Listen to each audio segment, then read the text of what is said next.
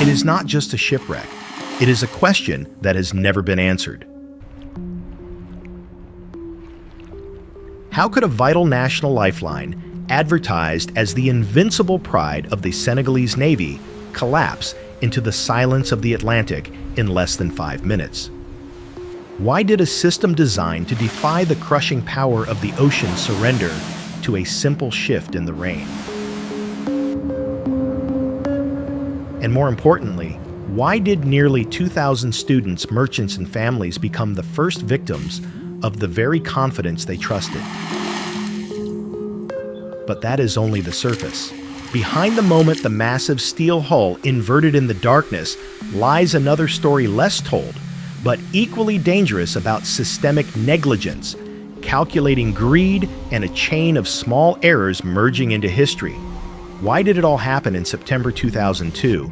And what actually killed the MV Le Joola? The wind, the waves, or the weight of a crowd that should never have been there? Stay tuned. Because the truth about the Joola is unlike any story you know. The afternoon of September 26, 2002 did not taste like tragedy. It tasted of roasted peanuts, sea salt, and the sweet, heavy humidity of the Casamance region. In the port of Ziguinchor, the sun beat down on the water with a golden, lazy intensity. For the people of southern Senegal, the Le Joola was more than a ferry. It was a lifeline. It was a floating bridge of steel that connected the isolated south to the heartbeat of Dakar in the north, bypassing the dangerous roads and the border checkpoints of the Gambia. On this day, the mood was electric. Schools were reopening in Dakar, and the decks were flooded with university students, bright-eyed and carrying their futures in worn backpacks. There were market women with baskets of mangoes and red palm oil families returning from holidays, and musicians tuning their kora harps. The air buzzed with Wolof French and laughter. It was a festival of motion. To step onto the Le Joola was to step into a promise of modernity. The ship, German-built and painted a pristine white, looked invincible against the muddy river water. Inside, the ventilation hummed a cool lullaby, and the smell of diesel was masked by the scent of cheap perfume and expensive tobacco. The passengers felt the solid steel under their feet and believed in the permanence of the machine. But as the band began to play in the second-class cabin, the music vibrated through a hull that was already groaning under a weight it was never designed to hold. The math of the disaster began at the ticket booth. The ship was certified for 580 souls. It was a strict engineering limit calculated to keep the vessel buoyant and stable. But demand was a river that refused to be dammed. Tickets were sold, then sold again. Children were squeezed onto laps. Cousins were waved through gates. By late afternoon, the manifest listed roughly 1,000 names. In reality, nearly 2,000 human beings were packed into every corner, corridor, and deck. The ship sat low in the water, heavy and lethargic. The officers on the bridge noticed the anomaly even tied to the dock. The horizon line through the window was crooked. The ship was already listing to the port side, pulled down by an invisible anchor of human mass. Yet the routine continued. The crew, trusting the calm river, adjusted the ballast tanks, pumping water to the opposite side to artificially force the ship straight. It was a cosmetic fix for a structural crisis. The list vanished, or so it seemed. The Le Joola pushed off the dock, churning the Casamance River into white foam, heading toward the open Atlantic. As twilight fell, the atmosphere on board shifted from chaotic to hypnotic. The sun dipped below the horizon, painting the sky in violent shades of violet and orange. The electric lights of the ship flickered on, turning the Le Joola into a glittering jewel moving through the black void. In the restaurant, passengers dined on steak and rice. On the upper deck, a dance band played mbalax rhythms, the drums syncing with the hearts of the students dancing under the stars. The breeze was cool, a welcome relief from the heat of the day. Inside the cabins, mothers tucked babies into bunks, the gentle rocking of the ocean acting as a cradle. It was a scene of perfect civilized order. The engines thrummed with a steady, reassuring rhythm, a mechanical heartbeat that whispered, "You are safe. You are going home." They did not feel the change in the floor beneath them, but the ship was now a pendulum waiting for a push. The center of gravity had risen dangerously high, hovering like a ghost above the waterline. The captain, an experienced seaman, navigated the vessel out of the river mouth and into the deep ocean. The forecast called for rain typical for the season, but nothing the German steel couldn't handle. The ship cut through the waves with arrogance. The passengers were happy. They were dancing on the ceiling of a tomb surrounded by the infinite indifference of the Atlantic. The golden dream was complete. 10:55 p.m. The Atlantic is no longer a canvas. It is a wall. The storm does not announce itself with thunder. It arrives as a solid sheet of water sweeping in from the dark horizon of the Gambia. The wind speeds spike to 50 knots. The waves, previously rhythmic and polite, turn jagged and confused. On the upper deck, the party dies instantly. The mbalax music stops, replaced by the roar of the squall. The rain is torrential, stinging the skin like gravel. It is not just wet. It is cold, a sudden atmospheric shock that triggers a primal instinct in the crowd. As a young man covers his head with a newspaper to stay dry, the physics of the ship enter a terminal equation. Hundreds of passengers on the open top deck react as one organism. They do not think. They move. Seeking shelter from the lashing rain coming from the starboard side, they rush en masse to the port side, the leeward side. This is the moment the machine loses the war. The Le Joola is top-heavy, burdened by the unrecorded weight of the extra 1,000 souls. As this massive biological cargo shifts 10 meters to the left, the ship's center of gravity snaps violently out of alignment. The vessel leans. It does not roll with the wave and return. It leans and it stays. Inside the second-class cabin, the illusion of safety shatters. Dinner plates slide off tables, crashing into the bulkheads. Chairs skid across the linoleum. The angle is wrong. It is too steep. A bottle of perfume rolls off a vanity shelf, falling not down, but sideways, hitting the wall. The lights flicker once. A mother gripping her child's hand smiles nervously, waiting for the ship to right itself, unaware that the ocean is already pouring into the open car deck below. For a heartbeat, there is a pause. The ship hangs suspended at a sickening 30-degree angle. This is the false hope. In the bridge, the captain shouts orders to correct the helm to turn into the wind. The passengers grab onto railings, bunk beds, and each other thinking, this is just a bad roll. They believe the steel will fight back. But the steel has no fight left. The cargo on the vehicle deck trucks, cars, crates breaks its chains. The sound is deafening, tons of metal slamming against the port hull, adding a hammer blow to the list. Gravity takes full command. The angle deepens. 40 degrees, 60 degrees. The world tilts on its axis. The floor becomes a wall. The wall becomes a ceiling. Panic erupts. It is not a scream. It is a collective frequency of terror that vibrates through the hull. In the cabin's doors jam shut as the frames warp under the stress. Sleepers wake up falling, tumbling out of bunks into a chaotic pile of luggage and bodies. The ocean breaches the windows. Glass explodes inward. The water does not flow. It punches. It rushes into the corridors, cold and heavy, hunting for air. The sound is a roar. The displacement of atmosphere. The crushing of partitions. The drowning of the generators.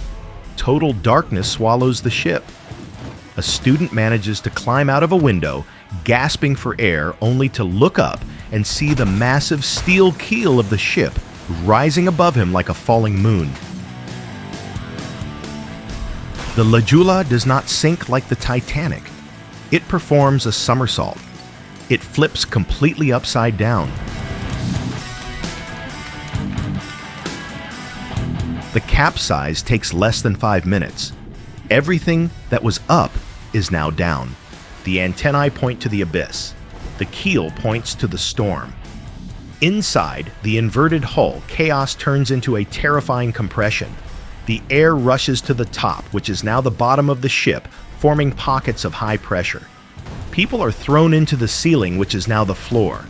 The water rises from below, compressing the survivors into smaller and smaller spaces.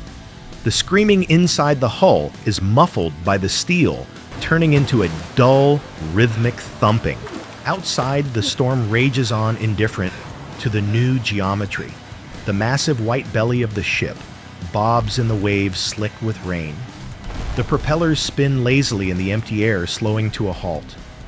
Then silence.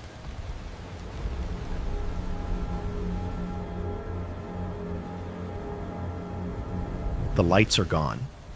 The music is gone. The heat of the engines is replaced by the freezing shock of the Atlantic.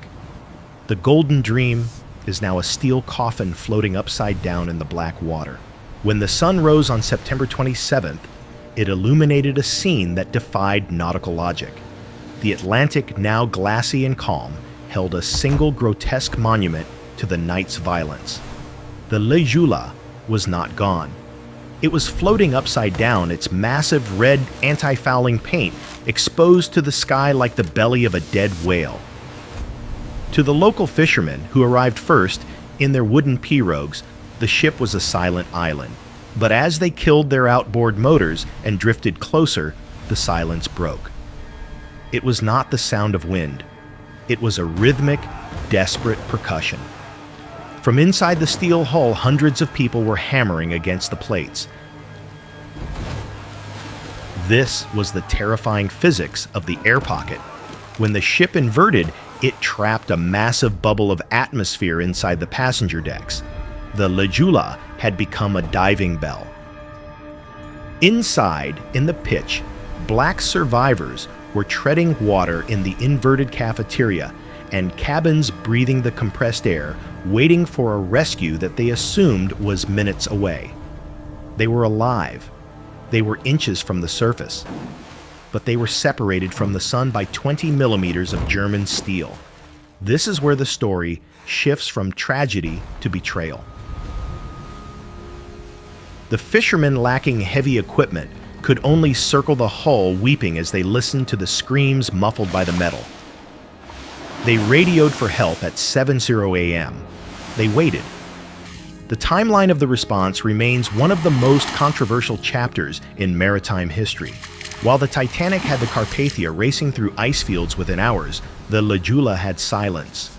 The Senegalese military protocol, rigid and paralyzed by a lack of information, did not mobilize a full-scale rescue fleet immediately. It took until late afternoon, nearly 19 hours after the capsize, for the official Navy rescue teams to arrive in force. By then, the hammering had changed. It was slower, fainter. The clock on the wall of history had stopped, but inside the hull, the chemistry of survival was running out. The air pockets were not infinite. As the survivors breathed, they consumed the oxygen and exhaled carbon dioxide. The water level inside rose slowly as the air pressure equalized. The sanctuary became a gas chamber. When the military divers finally entered the water, they faced an engineering nightmare. They could not simply cut a hole in the hull to let people out. The physics were cruel. The trapped air was the only thing keeping the ship afloat. Puncturing the hull would release the buoyancy bubble, sending the Le Joola and everyone inside it straight to the bottom of the ocean. The rescuers were forced to work through the submerged windows and doors, navigating a labyrinth of debris in zero visibility. What they found inside was a frozen tableau of panic. The corridors were choked with luggage mattresses and bodies. The water was thick with diesel fuel. The divers reported seeing hands reaching out from the darkness, gripping door frames in a final rigor mortis of escape. Only 64 people were pulled from the water alive. Most had escaped in the first few minutes, swimming out of windows before the ship fully settled. Of the hundreds trapped in the air pockets, almost none survived the long wait. The resurrection came not for the people, but for the truth. In the weeks that followed, the investigation became an autopsy of a nation's infrastructure. The salvage operation was a grim harvest. As cranes attempted to stabilize the vessel, the sheer scale of the deception was revealed. The divers recovered the manifest, but it was a lie. It listed 580 passengers. The body count told a different story. As the recovery teams worked, the number kept climbing. 800, 200, 500. The final estimate stood at 863 dead. Engineers reconstructed the disaster in simulation tanks. They proved that the Le Joola was doomed long before the rain started. The ship had been modified over the years. Extra decks added heavy equipment installed, raising its center of gravity. But the smoking gun was the stability curve. A healthy ship resists rolling. When a wave pushes it, it pushes back. The Le Joola, overloaded by 3 times its capacity, had zero positive stability at the moment of the crowd shift. It didn't just tip, it surrendered. The investigation revealed that one of the ship's 2 engines had been out of service. The Ferry was limping on half power, unable to maneuver effectively against the wind. The life rafts were bolted down or inoperable. The crew, untrained for a capsize, had perished with the passengers.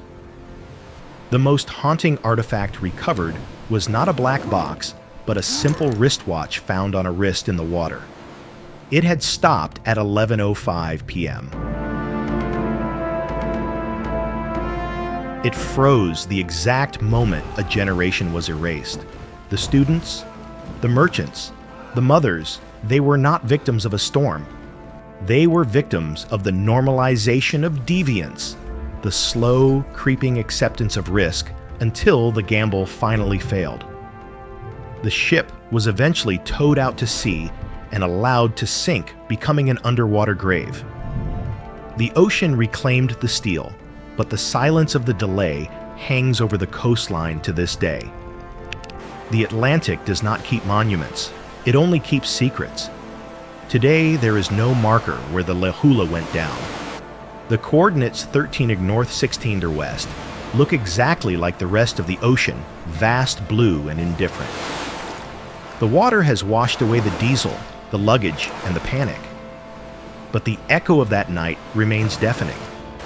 The loss of the Le Joola was not just a maritime disaster, it was a demographic amputation.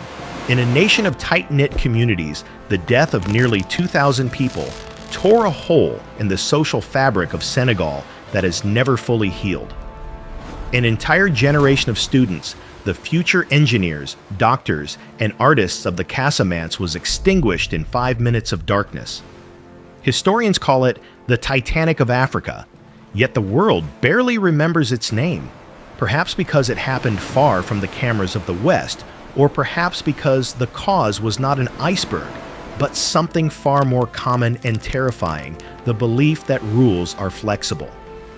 The tragedy stands as a brutal permanent warning to the modern world. It reminds us that safety regulations are not bureaucratic red tape. They are written in blood. Every maximum capacity sign, every stability test, every load limit is a tombstone for someone who died, proving why it exists. The Le Joola taught us that nature is not malicious, but it is unforgiving.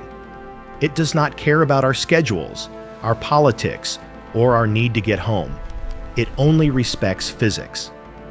When we push machines beyond their limits, when we trade safety for profit, And when we ignore the small warnings in the pursuit of the golden dream, we are not gambling.